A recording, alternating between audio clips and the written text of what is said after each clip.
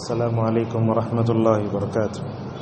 الحمد للہ رب العالمین والعاقبۃ للمتقین والصلاة والسلام علی اشرف الانبیاء والمرسلین نبینا محمد وعلی آلہ واصحابہ اجمعین، اما بعد۔ 90ویں پارے میں جو اہم مضامین ہیں انشاءاللہ ہم اس کو بیان کریں گے۔ سورہ اعراف کا تھوڑا سا حصہ اور سورہ انفال کا بھی تھوڑا حصہ پڑھا گیا ہے۔ اس میں کئی باتیں ہیں جو بنیادی اہم ہدایت اور نصیحتیں ہیں، ہم ان کو ذکر کریں گے۔ معزز حاضرین، اللہ تبارک و تعالی قرآن کریم میں کئی نبیوں کے قصے بیان فرماتا ہے۔ اللہ تعالیٰ نے پورے قرآن میں تقریباً 25 نبیوں کا نام لیا۔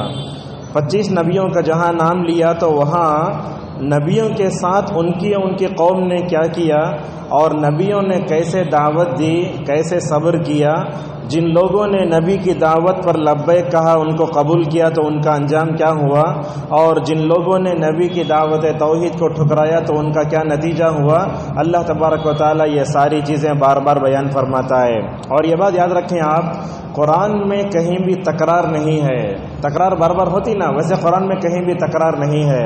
اللہ تعالیٰ نے نوح علیہ السلام کا قصہ کئی جگہ ذکر فرمایا، ہود علیہ السلام کا، صالح کا، لوط کا، شعیب کا کئی جگہ ذکر فرمایا۔ اسی طریقے سے 8ویں پارے کے آخری میں اللہ تعالیٰ نوح کا قصہ بیان فرماتا ہے، عاد کا قصہ بیان فرماتا ہے، صالح کا، لوط کا، شعیب کا، فرعون اور موسیٰ کا ذکر بھی کرتا ہے۔ تو ان اقوام کے ساتھ اللہ تبارک و تعالیٰ نے کیسے معاملہ فرمایا ہم آپ کو بتاتے ہیں۔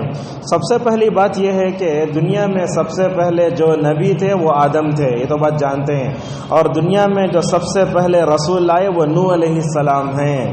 نوح علیہ السلام اپنی قوم میں 950 سال ٹھہرے رہے، مگر دنیا میں سب سے پہلے جو شرک کا آغاز ہوا یہ نوح علیہ السلام کی قوم ہی سے ہوا ہے۔ یہ ذرا نوٹ کریں آپ، اگر آپ سے پوچھا جائے شرک کی تاریخ کہاں سے ہے بولا تو نوح کی قوم سے شروع ہوئی یہ چیز۔ یہ تو یہ کیسے ہوئی اور قوم نوح کیسے مبتلا ہوئی شرک میں، اگر احادیث اور سیرت کی کتابوں کا مطالعہ کرتے ہیں تو معلوم ہوتا ہے، یہ بھی ایک بات غور سے، کہ نوح علیہ السلام کی قوم میں جو شرک پیدا ہوا 2 اسباب تھے اس کے، آج وہی 2 اسباب کی وجہ سے امت میں شرک آ رہا ہے۔ ایک ہے فوٹو اور دوسرا ہے نیک لوگوں کو ان کے اصلی مقام سے ہٹا کر اونچے مقام پر رکھ دینا۔ لہذا امام بخاری رحمہ اللہ نے اپنی صحیح میں ذکر کیا ہے کہ نوح علیہ السلام کی قوم میں کچھ نیک لوگ تھے، شیطان جا کے کیا بولا ان کو، ان کے اسٹیچو بناؤ، حالانکہ زندہ تھے انہوں، اسٹیچو بناؤ ان کے اسٹیچو بنا کے ان کو اپنے مجلسوں میں رکھو۔ کیا کرے یہ لوگ، نئے لوگوں کا اسٹیچو، جیسے آج لوگ ہوتے نا دیکھتے غیر مسلم وغیرہ، اگر کوئی حکومت میں ہوتا ہے تو اس کا اسٹیچو بناتے ہیں، مرنے کے بعد بھی اسٹیچو بناتے، تو اسٹیچو بنا کے اسے اپنے اپنے مجسمے بنا کے اپنی مجلس میں ان کو پکارنے لگے۔ شیطان آ کر اور کیا بولا، انہوں تمہارے نیک لوگ تھے، جب وہ زندہ تھے تم ان کو پکارتے تھے نا، ایسا کرو وہ مر جائیں گے تو ان کی پوجا کرو۔ وہیں سے شروع ہوئی چیز یہ، ایک تو فوٹو اور دوسرا نیک لوگوں میں غلو کرنا۔ ہم بھی آج آپ کے سامنے بتاتے ہیں کہ آج دنیا میں اگر یہ شرک پھیل رہا ہے تو اس کا سب سے بڑا سبب یہی فوٹو ہے۔ کیسے فوٹو ہے، آپ لوگوں کے موبائل دیکھ لیجئے، جو آدمی قبر پرست ہوتا ہے اپنے اسکرین سیور پر اجمیر کی فوٹو رکھ لیتا ہے یا تو بندہ نواز کی فوٹو رکھ لیتا ہے۔ کچھ لوگ کیا کرتے ہیں، اپنے پیر و مرشد کی فوٹو رکھتے ہیں، اوپر رکھتے ہیں، اور گوشت کی دکانوں میں جا کے دیکھیے آپ، جو لوگ بدعتی حضرات ہیں، کھرا ڈبٹا بننے کے فوٹو ہے، کیا بولا تو انہوں میرے پیر ہی نو بولتے۔ کیا کرتے ہیں ہم، دیکھیے فوٹو سے شرک پھیل رہا ہے، یہ فوٹو سے شرک پھیلتا ہے۔ اسی لیے علماء نے بتایا اپنے گھروں میں قرآن کے تغرے بھی نہیں لگانا چاہیے، نہیں لگانا۔ کیوں؟ اس لیے کہ قرآن تغرے بنا کر لگانے کے لیے اترا نہیں ہے۔ ہمارے لوگ بھی حج عمرے کو جاتے، ہزار ریال دے کے چمکنے والے چھن کے پورے تغرے لے کر آتے، 1000 ریال 2000 ریال، اس کے لیے کارگو کا پیسہ بھی لگاتے۔ لہذا یاد رکھیے، یہ فوٹو انسان کو شرک کی طرف لے جاتی ہے۔ یہ انسان جب شرک کی طرف چلا جاتا ہے تو وہیں اس سے توحید سے محبت ختم ہو جاتی ہے۔ لہذا غیر مسلموں کو بھی دیکھیں گے آپ، ان کے بسوں میں، دکانوں میں سب فوٹو لگی رہتی ہے. ایک سول بس چل رہی ہے, اس میں فوٹو کیا بولا تو میرے ابا کی فوٹو, میرے امی کی فوٹو. لہذا اسلام نے اسی لیے خطرناک انداز سے شرک سے منع فرمایا, اور شرک سے جہاں منع فرمایا وہیں فوٹو سے بھی مکمل طور پر بچنے کی تاکید کی. اور اسی طریقے سے ہم میں سے کچھ لوگ تاج محل کی فوٹو بھی رکھ لیتے, بولتے دنیا کے 7 عجائب میں سے اس کا شمار ہوتا. بولتے حقیقت میں دیکھا جائے تاج محل دنیا کے 7 عجائب میں شمار ہو سکتا ہے, مگر وہ کسی مزار سے کم نہیں ہے. اس کے اندر کس کی قبر ہے؟ ممتاز کی قبر ہے, اس کے اندر شاہ جہاں کی قبر ہے. غور سے سنیے بات یہ, اگر آپ تاج محل چلے بھی گئے, اگر ان کی قبروں کو دیکھنا ہوگا تو جھک کے تعظیم کے ساتھ جانا پڑتا. یہ سب ساری کسے معلوم ہوتی چیزیں یہ. اسی طریقے سے یہاں میسور میں ٹیپو سلطان کی قبر بھی ہے, لوگ جا کے دیکھ لگاتے رہتے. حالانکہ ان تمام جگہوں میں جانا ہمارے لیے بڑے خطرے کی بات ہے. ایک تو سب سے پہلی بات آپ کو یہ بتا دیتے ہیں, علامہ ابن تیمیہ رحمہ اللہ نے یہ بتایا ہے, کوئی بھی آدمی انتقال ہو جائے, کتنا بڑا نیک اللہ والا کرامتوں والا کچھ بھی ہو جائے, اس کو قبرستان سے ہٹا کر کہیں بھی دفن نہیں کرنا چاہیے. یہ جتنی مزاریں, درگاہیں, خانقاہیں وجود میں آ رہی نا, یہ ولی ہے, یہ مر گئے, ان کو اٹھا کے آبادی میں بیچ میں دفن کر لیے. مصیبت کیا ہوتی ہے, وہیں سے مکمل طور پر خبر پختہ بنی, چادر چڑھائی گئی, اس کے بعد مکمل طور پر پوجا شروع ہو کے عرس ہو کے ساری چیزیں آتی ہیں. لہذا علامہ ابن تیمیہ نے کتنی پتے کی بات کہی, کوئی بھی آدمی مر جائے تو اس کو قبرستان سے ہٹا کر کہیں بھی دفن نہیں کرنا چاہیے. معزز حاضرین, اسی طریقے سے دنیا میں جو شرک پیدا ہوتا ہے, نیک لوگوں میں غلو کرنا. دیکھو اللہ کے نبی صلی اللہ علیہ وسلم کا جو مقام و مرتبہ ہے وہی ہمیں دینا چاہیے. اللہ کے نبی کو 1 انچ بھی اوپر اٹھائے تو نبی کو یہ پسند نہیں آتا تھا. چنانچہ آپ صلی اللہ علیہ وسلم نے کتنے موقعوں پر فرمایا, ایک آدمی آ کر کیا بولا, اللہ چاہتا آپ چاہتے ہیں, یعنی اللہ کی مشیت اور رسول اللہ کی مشیت ایک ہوگی. آپ صلی اللہ علیہ وسلم نے اس موقع پر فرمایا, تم نے تو مجھے اللہ تعالیٰ کے ساتھ شریک بنا دیا. لہذا رسول اللہ صلی اللہ علیہ وسلم کا کیا مقام و مرتبہ ہے, آپ اللہ کے بندے اور اس کے رسول تھے. لہذا رسول اکرم صلی اللہ علیہ وسلم کے مقام و مرتبے سے اونچے مت چڑھاؤ. اور بڑی معذرت کے ساتھ, آج جتنی نعتیں رسول اللہ صلی اللہ علیہ وسلم کی شان میں لکھی جاتی ہیں, اس میں 99% نبی کو ان کے اوپر سے اٹھا دیا گیا ہے. لہذا یہ فوٹو نیک لوگوں میں غلو, یہ نوح علیہ السلام کی قوم میں جو ہے شرک میں پڑنے کا ذریعہ بنی. آج بھی آپ نوجوانوں کو دیکھیے, نوجوان قوالیاں زیادہ سنتے, قرآن نہیں سنتے. کیوں؟ اس لیے کہ ان کے دلوں میں توحید نہیں ہے. اور آج کا نوجوان قوالیاں سن کے ایسا ناچتے رہتا. کبھی انہیں قرآن سن کے جھومے کیا پوچھیے آپ, نہیں ہوتا. یہ قوالی کی اور میوزک کی محبت جس کے دل میں بیٹھ جاتی ہے وہ قرآن پڑھ نہیں سکتا. اب پڑھے تو بھی کیا, سورہ یاسین اس سے بڑھ کر تو نہیں پڑھ سکتے, اللہ رحم کرے. بہرحال ہم یہ بتانا چاہتے ہیں, انبیاء علیہم الصلاۃ والسلام نے اپنی قوم میں توحید کی دعوت دی, سب سے پہلا نقطہ. دوسرا, توحید کی دعوت کے بعد سماجی برائیوں کا خاتمہ فرمایا. بعض قوموں کو بہت غرور تھا اپنی طاقت پر. کیسے تھے؟ اللہ تعالیٰ نے ان کے لیے تو پتھروں کو نرم بنا دیا تھا, موم کی طرح پتھروں کو تراش کے گھر بناتے تھے, لمبے لمبے تھے. اللہ تبارک و تعالیٰ نے ان لوگوں کو ایسے غارت کیا, زمین پر گرے تو ایسے معلوم ہو جا کہ کھجور کا درخت نیچے گر گیا ہے. اسی طریقے سے آپ دیکھیں, صالح علیہ السلام کی قوم میں بھی مکمل طور پر جو ہے ان کو اپنی طاقت پر ناز تھا. لوط کی قوم تھی, یہ لوگ کیا کرتے تھے, نعوذ باللہ, مردوں سے ضرورتیں پوری کرتے تھے. اللہ تبارک و تعالیٰ نے سورہ شعراء میں قوم سے پوچھا, لوط اپنی قوم سے پوچھتے ہیں, تمہارے رب نے بیویاں پیدا کی ہیں, ان کو چھوڑ کر جو ہے مردوں کے پیچھے جاتے ہو. اسے بولتے ہم جنس پرستی کا رجحان آج بھی ہمارے معاشرے میں ہو رہا ہے. اسی لیے علماء نے بتایا, دیکھیے اگر کوئی چھوٹا سا لڑکا گورا ہے, خوبصورت ہے, اس کی طرف بھی بار بار دیکھنے سے علماء نے منع فرمایا ہے. کیوں؟ اس لیے کہ یہ انسان کے لیے فتنے کا ذریعہ بن سکتا ہے. ہے مردوں کی شادی مردوں سے، عورتوں کی شادی عورتوں سے آج معاشرے میں ہو رہی ہے، اور اس کو یہ قانون بنا کر پاس کرنے کی مکمل طور پر دنیا مکمل طور پر کوشش کر رہی ہے۔ معزز حاضرین، قوم شعیب کیا کرتے تھے؟ ناپ تول میں کمی کرتے تھے۔ آگے اس کا ذکر آتا ہے، قوم شعیب کو اللہ تبارک و تعالیٰ نے تین عذاب سے دو چار کیا، ایک نہیں دو نہیں تین نہیں، انشاءاللہ ہم شورِ شعراء میں ذکر کریں گے۔ ہر نبی اپنی دعوت توحید کو جب لے کر آتا ہے تو قوم دو حصوں میں بٹ جاتی ہے۔ بعض لوگ کمزور ہوتے ہیں، فقیر ہوتے ہیں، انہوں کیا کرتے ہیں؟ بہت جلدی عقیدہ توحید کو اپنا لیتے ہیں۔ آپ یہ بات یاد رکھیے، جو آدمی فقیر ہوتا ہے، جس کے پاس مال کم ہوتا ہے، اللہ تبارک و تعالیٰ اس کے دل میں محبت ڈالتا ہے عقیدہ توحید کے، لہذا وہ جلدی قبول کر لیتا ہے۔ اسی لیے آپ دیکھیں گے ہر نبی پر ایمان لانے والے فقراء پہلے تھے، مالدار ایمان نہیں لاتے، لہذا رسول اکرم صلی اللہ علیہ وسلم کے زمانے سے پہلے بھی مالدار جو ہے ایمان نہیں لاتے، یعنی تو جن کے پاس عہدہ اور پوش ہوتا وہ لوگ بھی ایمان نہیں لاتے۔ دیکھیے اللہ کے نبی صلی اللہ علیہ وسلم کے زمانے میں ابو لہب بھی تھا، جانتے نا، ابو جہل بھی تھا۔ اللہ کے نبی کتنے مرتبہ ان لوگوں کو اسلام پیش کیا مگر ایمان نہیں لائے۔ مگر دیکھو اللہ کے نبی صلی اللہ علیہ وسلم کے دعوت کے کام کرنے کا طریقہ کیا تھا؟ آپ نے مکے میں ابو بکر جیسے نرم دل پر محنت کی، اور آپ ایسے لوگوں پر اسلام کی دعوت کو دیتے تھے جو بعد میں چل کر دوسروں کے اسلام لانے کا ذریعہ بن جائیں۔ کتنے صحابہ تھے مکے میں جو ابو بکر رضی اللہ تعالیٰ عنہ کی دولت سے ماشاءاللہ مسلمان ہوئے تھے۔ دیکھیے آج کا یہ ہندوستانی ماحول بھی ہے۔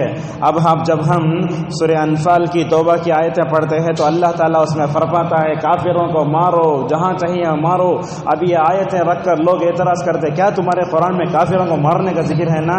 آج تک دیکھو ان جیسی آیتوں کو ہم جو ہے اپنی برادران وطن کو صحیح طور پر سمجھا نہیں سکے۔ دیکھیے غیر مسلم جو ہوتا ہے وہ تین طرح کے ہوتے ہیں، ذرا یہ نوٹ کریے، غیر مسلم جو ہوتا ہے وہ تین طرح کے ہوتے ہیں۔ آپ بھی بلاری میں ایسے لوگوں کو دیکھتے ہوں گے، کچھ غیر مسلم ایسے ہوتے ہیں اللہ تبارک و تعالیٰ ان کو فطری طور پر عقل سلیم دیتا ہے۔ غیر مسلموں میں ہم ایسے کچھ لوگوں کو دیکھیں گے جو کسی بت کے سامنے جھکتے نہیں، جو مندر کو بھی نہیں جاتے، بولتے تمہارا ایشور سب سے اچھا ہے۔ ایسے سلیم الفطرت اور مندروں کو نہ جانے والے غیر مسلموں پر محنت کرو، انشاءاللہ بہت جلد اس ملک میں ہم دعوت کا کام کر سکتے ہیں۔ دوسرا، کچھ ایسے غیر مسلم بھی ہیں جو امن پسند ہیں۔ دیکھیں گے آپ کتنے لوگوں کو آج یہ پورے ملک میں ہندو منافرت جو ماحول پھیلایا جا رہا ہے، میڈیا پر آ کر بولتے غیر مسلم اس ملک میں ہم 70-5 سال سے کیسے بھائی بھائی کی طرح مل کر رہتے ہیں،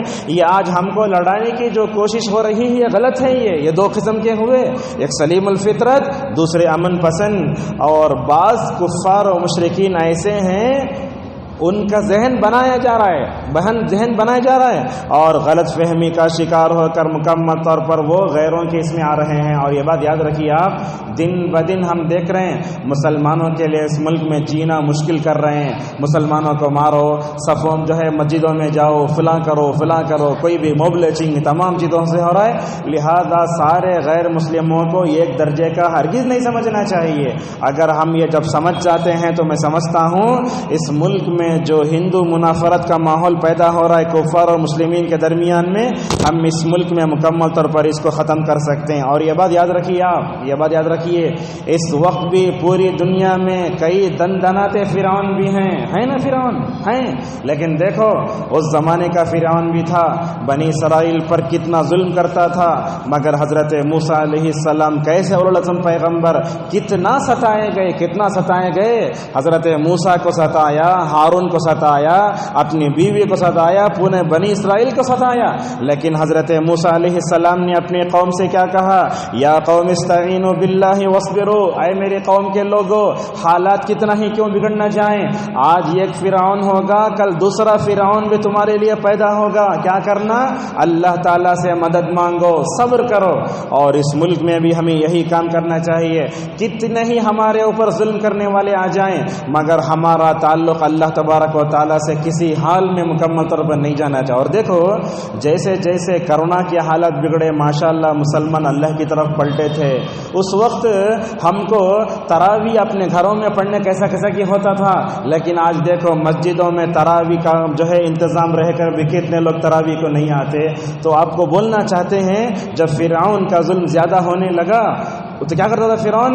نماز بھی نہیں پڑھنا، باہر بھی نہیں نکلنا۔ اللہ تبارک و تعالیٰ نے بنی اسرائیل سے کہا اے بنی اسرائیل ٹھیک ہے اگر یہ فرعون تمہارے اوپر مشکلات پیدا کرتا ہے، عبادت کے لیے پابندیاں لگاتا ہے، کیا کرو؟ اللہ نے سورہ یونس میں کہا وَجَعَلُوا بُيُوتَكُمْ قِبْلَةً، اپنے گھروں میں نماز پڑھو۔ اتنا بھی اللہ تبارک و تعالیٰ نے بنی اسرائیل کو حکم دیا۔ اور جانتے ہیں پریشان کن حالات میں نماز سے مدد لینا ایک مومن کی نشانی ہوتی ہے۔ مومن کتنا بھی ظالم ہمارے اوپر مسلط ہو جائے مگر ہمیں اللہ کی بندگی نہیں چھوڑنا، جینے کا حوصلہ کبھی نہیں چھوڑنا چاہیے۔ معزز حاضرین، اللہ تعالیٰ نے 90 پارے میں جہاں فرعون کا ظلم ذکر کیا تو وہیں کی فرعون کے جادوگروں کا ذکر ہوا۔ یہ فرعون کے جادوگر کون تھے؟ اللہ تعالیٰ نے ان تمام کا قصہ سورہ اعراف میں، طٰہٰ میں، شعراء میں بیان کیا ہے۔ اللہ تعالیٰ نے ان کے فرعون کے جادوگروں کا ذکر کیا۔ فرعون کیا بلا معلوم ہے؟ یہ موسیٰ و ہارون جادو کی وجہ سے تم پر غالب آنا چاہتے ہیں، تو انہیں فرعون کیا کیا؟ پورے مصر میں جہاں جہاں بہترین جادوگر تھے، فنی اعتبار سے اچھے کمال درجے کے تھے، سب کو بلایا، آؤ سب کو آؤ مقابلہ کریں گے۔ موسیٰ علیہ السلام سے پوچھا کون سے دن مقابلہ کرنا؟ حضرت موسیٰ علیہ السلام کو بھی اللہ تبارک و تعالیٰ نے بڑی اچھی عقل دی تھی۔ موسیٰ علیہ السلام کیا کرے معلوم ہے؟ موسیٰ علیہ السلام نے کیا کہا جادوگروں سے؟ اگر تم میرے سے مقابلہ کرنا چاہتے ہو تو عید کا دن، اللہ تعالیٰ نے اس کو یوم الزینہ کہا سورہ طٰہٰ میں۔ کیا کیا؟ عید کے دن مقابلہ کریں گے بولے۔ کئی کو عید کا دن چنے؟ عبدالرزاق البدر حفظہ اللہ کہتے ہیں عید کا دن چننے کی وجہ یہ ہے ہر ایک آدمی آرام سے رہے گا، مصروفیت نہیں رہے گی، تمام لوگ آئیں گے، اس لیے وہ دن طے کیا گیا۔ فرعون کے جادوگر پورے تیاری کے ساتھ آ گئے جادو کا مقابلہ کرنے کے لیے۔ آنے سے پہلے کیا بولے جادوگر فرعون کے؟ بعزت فرعون، بولے فرعون کی جے۔ قرآن یہی الفاظ استعمال کرتا ہے، فرعون کے دبدبے کی قسم۔ فرعون سے بولے جادوگر اے فرعون اگر ہم جو ہے جیت گئے تو کیا ملتا ہم نا؟ تو کیا کہا؟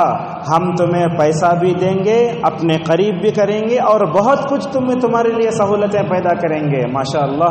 اس کے بعد فرعون کے جادوگر ایک طرف، حضرت موسیٰ علیہ السلام ایک طرف۔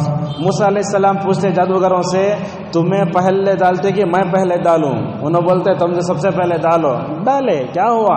حضرت موسیٰ علیہ السلام کے پاس ایک معمولی سی لکڑی ہے، سامنے فنی اعتبار سے جادو جاننے والے ہزاروں کے قسم میں پوری پبلک جمی ہوئی ہے۔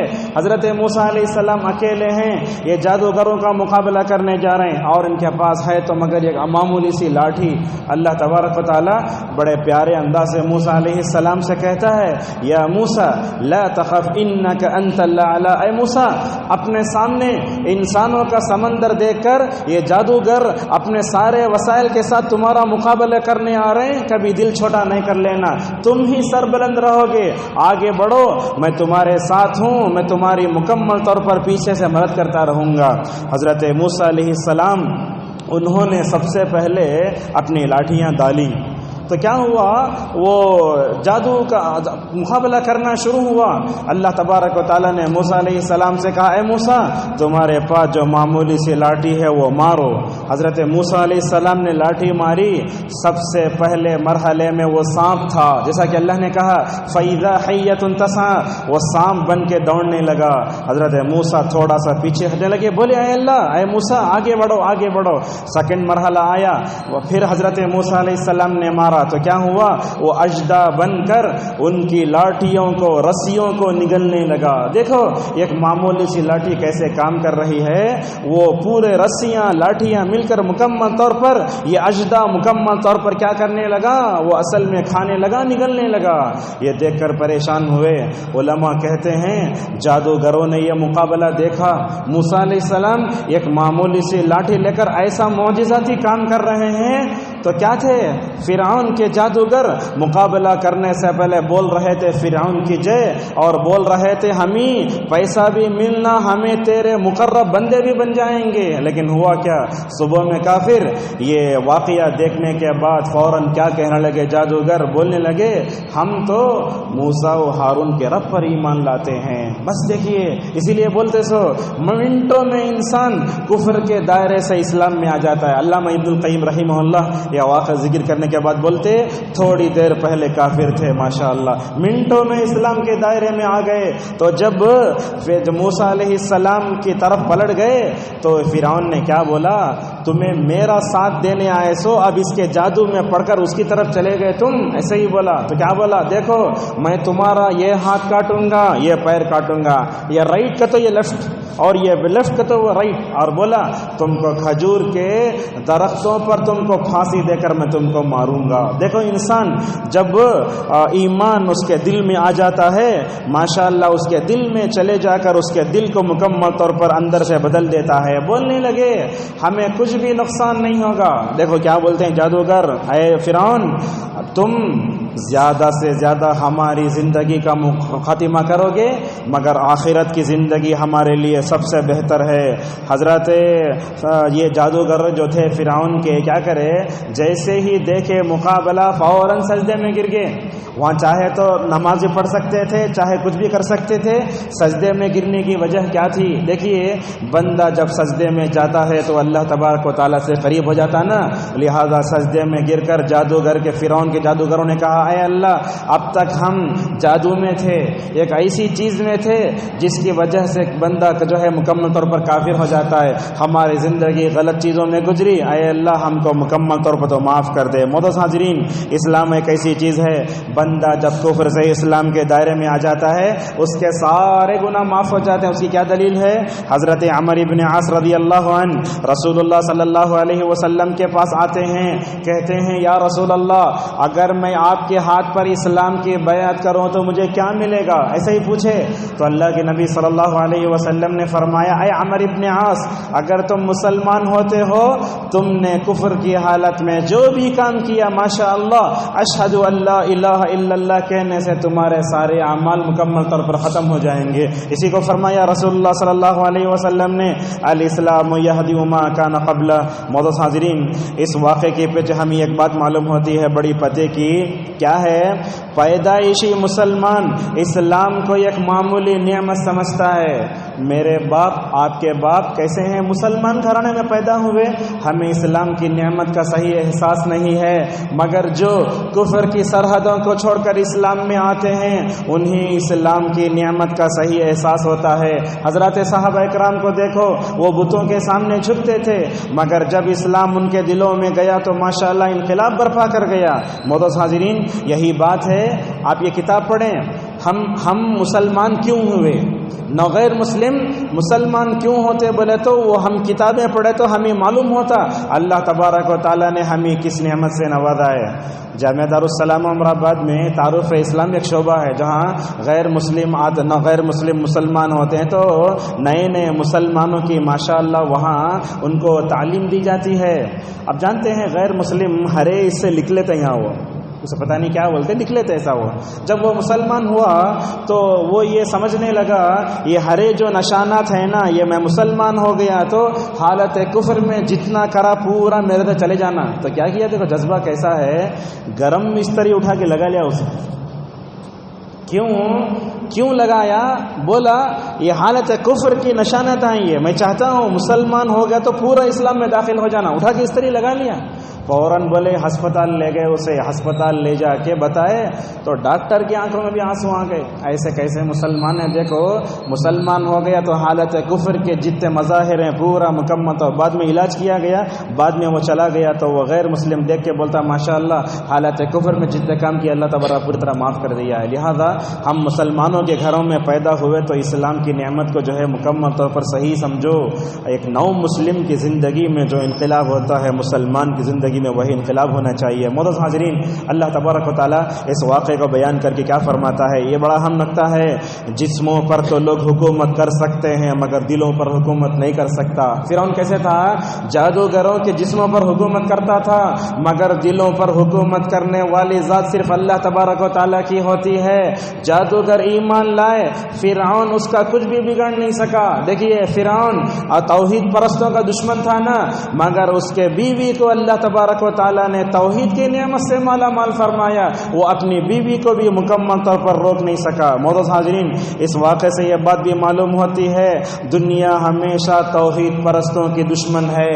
آپ پورے واقعے میں دیکھ لیں، نوح علیہ السلام سے لے کر اصحاب الاخدود کو بھی گڑھے میں جلا کر مکمل طور پر جلا دیا گیا۔ آج بھی ہم دیکھتے ہیں مسلمانوں میں مسلک اہل حدیث سے تعلق رکھنے والے لوگوں کو ہمیشہ آزمائشوں کا سامنا، کبھی ان کی مسجد کو ختم کر دیا گیا، کبھی ان کو مارا گیا، کبھی اس کو کیا گیا۔ ہمیشہ توحید پرستوں کے لوگ دشمن ہوتے ہیں، مگر ہمیں اپنے عقیدے توحید کو لوگوں کے سامنے اچھے انداز سے پیش کرنا چاہیے۔ اور اس طریقے سے اس سے ایک بات بھی معلوم ہوتی ہے، ہمیں اپنے ایمان کو بھی مکمل طور پر مضبوط کرنا چاہیے۔ حسن بصری رحمہ اللہ نے کہا، یہ فرعون تھا پکا کافر، اور اس پر ایمان لانے والے جادوگر بھی پکے کافر تھے، مگر اسلام لائے تو ماشاءاللہ کیسے پکے مسلمان ہوئے۔ بڑے افسوس کہتا امام راضی رحمہ اللہ یہ بات کہتے ہیں، دیکھیے ہم میں سے کتنے لوگ ہیں جو 60 سال تک قرآن پڑھتے ہیں، نماز پڑھتے ہیں، مگر ہمارا ایمان ویسے نہیں ہوتا جو ایک نئے مسلم کا ہوتا ہے۔ لہذا اپنے اسلام پر مکمل طور پر جم کے رہو۔ اور اسلام لائے تو اللہ سے کیا دعا کرتے؟ ربنا افرغ علینا صبرا وتوفنا مسلمین۔ اور یہ بات یاد رکھو آپ، ایمان کا اثر ہمارے جسم پر نہیں ہوتا، دل پر ہوتا ہے۔ یہ ایمان کہاں ہوتا ہے؟ دل پر ہوتا ہے۔ اللہ کے نبی صلی اللہ علیہ وسلم اس لیے دعا کرتے، یا مقلب القلوب ثبت قلبی علی دینک۔ اور اللہ کے نبی جب بھی قسم کھانا ہوتا تو یہ بولتے، وہ مقلب القلوب، اے جو ہے دلوں کے پھیرنے والے۔ اور یہ بات بھی یاد رکھیں، آپ میں ہدایت پر جتنا بھی جم کر رہے ہیں مگر کبھی بھی ایمان سے پلٹ سکتے ہیں۔ اسی لیے اللہ کے نبی صلی اللہ علیہ وسلم کے بارے میں صحیح مسلم میں آیا، اللہ کے نبی صلی اللہ علیہ وسلم کا ایمان کیسا، آپ ایمان پر کیسے جمے ہوئے تھے۔ پھر بھی اللہ کے نبی کیا کہتے ہیں؟ اعوذ بعزتک لا الہ الا انت ان تضلنی، اے اللہ میں تیرے عزت کے پناہ میں آتا ہوں، تیرے علاوہ کوئی معبود نہیں ہے، اے اللہ تو مجھے گمراہ نہ کر۔ جب اللہ کے نبی اپنے آپ کے بارے میں دعا کرتے ہیں، ہم میں سے بھی مکمل طور پر ہر ایک کو اللہ تبارک و تعالیٰ سے دعا کرتے رہنا چاہیے۔ اللہ تبارک و تعالیٰ نے موسیٰ علیہ السلام کو 9 نشانیاں دی تھیں، آگے ذکر آتا ہے سورہ بنی اسرائیل میں، وَلَقَدْ آتَيْنَا مُوسَىٰ 9 آیات بینات۔ وہ 9 نشانیاں کیا تھی دیکھ لو، ان میں سے 5 کا ذکر اللہ تعالیٰ نے سورہ اعراف میں کیا ہے۔ ایک تو طوفان، دوسرا چڈے، اور تیسرا جوں، چوتھا مینڈک، 5واں خون، یہ 5 ہوئے، چھٹا عصا جس سے مارتے تھے وہ، اور اس کے بعد ان کا ہاتھ تھا، جب وہ بغل میں رکھ کر ہاتھ کو ایسے نکالتے تھے وہ ہاتھ چمکتا تھا۔ اسی طریقے سے اللہ تبارک و تعالیٰ نے ان کے لیے پانی کو نکالا، 12 قبیلے، کیسا؟ ایک کچ پتھر میں لاٹھی مارتے تو 12 چشمے پھوٹتے تھے ماشاءاللہ۔ ایک نل میں کئی لوگ پانی پکڑ لے تو کیسا دیکھتے نا آپ، ذرا تصور کرو کیسے پتھر میں 12 چشمے پھوٹتے تھے ماشاءاللہ، بنی اسرائیل پورے پیتے تھے۔ اس طریقے سے اللہ تبارک و تعالیٰ کی 9 نشانیوں میں اللہ تعالیٰ نے فرعون اور آل فرعون کو جو قحط میں ڈبویا وہ بھی اسی میں آتا ہے۔ اسی طریقے سے اللہ تبارک و تعالیٰ سے محبت کرنے والے حضرت موسیٰ علیہ السلام اللہ تعالیٰ سے بات کر رہے ہیں، بات کرتے ہوئے اللہ تعالیٰ کو دیکھنے کی تمنا آتی ہے، کہتے ہیں رب ارینی انظر الیک، بولتے ہیں اے اللہ میں تجھے دیکھنا چاہتا ہوں۔ دنیا میں اللہ تعالیٰ کو دیکھنے کی تمنا نہیں کر سکتے، کیوں؟ اس لیے کہ ہماری یہ جو کمزور آنکھیں ہیں اللہ کے نور کو برداشت نہیں کر سکتی۔ حقیقت یہی ہے، ہم نہیں دیکھ سکتے۔ ٹھیک ہے آپ اللہ کو دیکھنا تو درکنار، اللہ تعالیٰ کے بنائے ہوئے سورج کو گھور نہیں سکتے۔ ذرا تصور کرو اللہ تبارک و تعالیٰ کو ہم کیسے دیکھ سکتے ہیں۔ اللہ تبارک و تعالیٰ نے موسیٰ سے کہا، اے موسیٰ تمہارے اندر محبت ہے میں جانتا ہوں، لیکن یہ بات یاد رکھو اگر تم مجھے دیکھنا چاہتے ہو تو پہاڑ کی طرف دیکھو، میں اپنا نور اس پہ ڈالتا ہوں۔ اللہ تعالیٰ نے اپنا نور ڈالا پہاڑ پہ، پورا پہاڑ جل کر ریزہ ہو گیا۔ ہم لوگ بولتے یہ جو سرما لگاتے نا وہ جلا سو پہاڑ، یہ غلط ہے۔ یہ کیا ہے سرما؟ اس سے پہلے شاید ہم بتا چکے، یہ سرما کیا ہے؟ جلا سو پہاڑ نہیں ہے۔ سرما جیسے سونا چاندی اندر سے نکلتا ہے، ویسی دھات اور معدنیات ہے وہ اندر سے نکلتا ہے۔ جیسے ہی پہاڑ پہ اللہ نے تجلی ڈالی، پہاڑ ریزہ ریزہ ہو گیا۔ موسیٰ علیہ السلام گر پڑے، کہنے گئے سبحانک، اے اللہ میں نے غلطی کی اور میں سب سے پہلے توبہ کرنے والوں میں سے ہوں۔ معزز حاضرین، صالح فوزان حفظہ اللہ کہتے ہیں اللہ تبارک و تعالیٰ کو دیکھنا اس دنیا میں ممکن ہے، مگر چونکہ آنکھیں برداشت نہیں کر سکتی اس لیے ہم دیکھ نہیں سکتے۔ لیکن احادیث سے معلوم ہوتا ہے، قرآن سے معلوم ہوتا ہے، قیامت کے دن ہم میں سے ہر ایک مسلمان اپنے رب کو ضرور دیکھے گا انشاءاللہ۔ لیکن یہ بات بھی ہے، کافروں کو اللہ نظر نہیں آئے گا، یہودیوں کو نظر نہیں آئے گا، نصارہ کو نظر نہیں آئے گا۔ دیکھیں گے کون؟ جنہوں نے اپنے رب پر ایمان لائے غیب سے، وہی اپنے رب کو دیکھیں گے۔ اللہ تبارک و تعالیٰ نے سورہ مطففین میں کہا کلا انہم عن ربہم یومئذ لمحجوبون، کفار و مشرکین اپنے رب کو دیکھنا چاہیں، دیکھ نہیں سکتے۔ ذرا تصور کرو، قیامت کے عشر پورا حشر کا میدان ہے، اللہ ایک ہی ذات ہے، وہاں پردہ کچھ نہیں ہے۔ مومن دیکھیں گے لیکن کافر دیکھ نہیں پائیں گے۔ اگر ہم اللہ تبارک و تعالیٰ کے دیدار کے جو ہے مستحق بننا چاہتے ہیں تو ہمیں دعا کا اہتمام کرنا ہوگا۔ وہ دعا کیسی ہے؟ اللہ کے نبی صلی اللہ علیہ وسلم نے فرمایا اللہم انی اسألک لذۃ النظر الی وجہک الکریم والشوق الی لقائک، اے اللہ میں تجھے دیکھنا چاہتا ہوں اور میں تیرے دیکھ کر میں تو اپنی آنکھوں کو ٹھنڈا کرنا چاہتا ہوں۔ اور اسی طریقے سے اللہ تعالیٰ کے دیدار کو پانے کے لیے دو نمازیں کبھی نہ چھوڑو، یہ بہت اہم ہے۔ کوسی نماز؟ فجر کی نماز اور عصر کی نماز۔ جو بندے فجر پڑھتے ہیں اللہ کا دیدار انہیں نصیب ہوگا، جو بندہ عصر کی نماز پڑھتا ہے ان کو وہ دیدار نصیب ہوگا۔ فجر اور عصر چھوڑنے والے ہو سکتا ہے اللہ تعالیٰ کا دیدار کر لے مگر پیچھے ڈھکیل دیے جائیں۔ آپ چاہتے ہیں نا ہر چیز دنیا میں آگے آگے رہنا، ویسے اللہ تبارک و تعالیٰ کا دیدار کرنا، سامنے سامنے رہنا بولے تو یہ دونوں نمازوں کو مکمل طور پر پابندی سے پڑھتے رہو اور اللہ تعالیٰ کی نافرمانی نہ کرو۔ اور اسی طریقے سے جنت میں بھی اللہ تبارک و تعالیٰ کا دیدار ہوگا۔ جیسے اللہ تعالیٰ ہر جمعہ بھی ہوگا جنت میں، اللہ تعالیٰ ہر جمعہ کو آئے گا، اپنے بندوں سے پوچھا گا اے میرے بندو کیا تمہیں اور نعمت کی ضرورت ہے؟ مومن کہیں گے یا رب تو نے ہمیں جہنم سے بچایا، اتنی نعمت بری جنت میں رکھا، اور کوئی نعمت چاہیے؟ اللہ تبارک و تعالیٰ جو ہے فرمائے گا دیکھو لوگو اے مومنو، میں آج سے میں تمہارے لیے تمہارے سے ہمیشہ کے لیے راضی، اور میں اپنی ناراضگی کو تمہارے اوپر حرام فرماتا ہوں۔ اور اللہ تبارک و تعالیٰ ہر جمعہ کو جنت میں آ کر اپنے نور کا پردہ ہٹائے گا تو سارے لوگ دیکھیں گے، اور جب ہم اپنے رب کو دیکھیں گے آنکھوں کو جو سرور اور ٹھنڈی حاصل ہوگی وہ اس نعمت کو پانے کے بعد ہی مکمل طور پر حاصل ہو سکتی ہے۔ معزز حاضرین، اس طریقے سے اللہ تبارک و تعالیٰ نے اس میں اور ایک بات بتائی کہ غصہ انسان کو کب آنا چاہیے۔ ہمیں غصہ بیکار چیزوں میں کرتے رہتے ہیں، غصہ کب آنا؟ شرک کو دے کر آنا، یہ جھنڈے فلاں غصہ۔ حضرت موسیٰ علیہ السلام اپنے قوم میں جو ہے حضرت ہارون علیہ السلام کو نائب بنا کر گئے، تمہیں رہو۔ انہیں کیا کیا؟ سامری یہ ایک بچہ لے لیا، گائے کا بچڑا لے کے زیورات لے کے بولا یہ تمہارا معبود ہے۔ حضرت موسیٰ علیہ السلام آ کے اپنی قوم سے پوچھتے کیا کرے تھے تمہیں یہ؟ اور روایتوں میں آتا ایسا غصہ آیا ایک نبی کو، بلکہ اللہ کی نبی کو بھی، ہر نبی کی امتوں کو بھی شرک دے کر غصہ آنا۔ آج ہم شرک دے کر خاموش رہتے، شرک میں مبتلا ہونے والے لوگوں کو بھی کبھی ہم ہدایت کی دعا نہیں کرتے۔ حضرت موسیٰ نے کیا کیا؟ غصے سے اپنے ہارون کا گریبان کالر پکڑ کے اپنی طرف کھینچا اور بولے کیا کرے سو یہ، ایسا ہی بولے کیا کرے سو یہ۔ اس کے بعد حضرت موسیٰ علیہ السلام کا جواب دیتے ہوئے ہارون نے کیا کہا؟ اے ماں کے بیٹے، ماں کا حوالہ دے کر بولے اگر میں ان کو روکتا تو مجھے مارنے آتے۔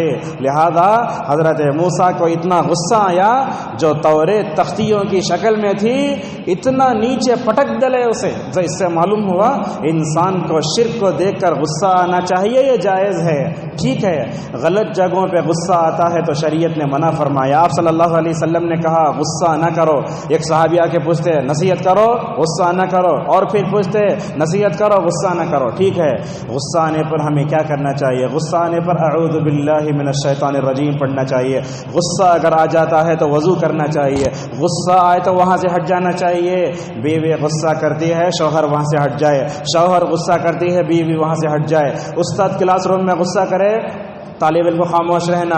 بعض لوگ ایسے رہتے ہیں استاد غصہ کرتے بھی اسے ابھی تیل ڈالے سے کام کرتے نہیں. مسجد کا ذمہ دار ہے, غصے میں آتا ہے, ذرا صبر کرو. اگر امام صاحب جب غصہ ہو رہے ہیں ذمہ داروں کا ایسے غصہ مکمل طور پر انسان کو پینا چاہیے. اللہ کے نبی صلی اللہ علیہ وسلم نے 2 حدیث سنائی, کہا غصہ نہ کرو جنت میں چلے جاؤ گے. کئی مرتبہ ہم عرب میں دیکھے 2 کار والے زور سے آنکھ مار لیتے, نیچے گرے کیا ہوا, فلم ایک دوسرے کو جیسے ہوتا نا ایکسیڈنٹ کے وقت مارنا کرنا کرتے. لیکن عرب میں کیا کرتے, غصہ آ گیا تو حدیث ہمیشہ تیار رکھتے, اس میں لکھ کر رہتا لا تغضب فلک الجنہ, غصہ نہ کرو جنت میں چلے جاؤ گے. یہ اللہ کی نبی کی حدیث دیکھتے ہی ماشاءاللہ غصہ کا نتا معلوم ہی ہوتا نہیں. اور دیکھو غصہ پینے والے لوگ اللہ تبارک و تعالیٰ کو بہت پسند ہیں.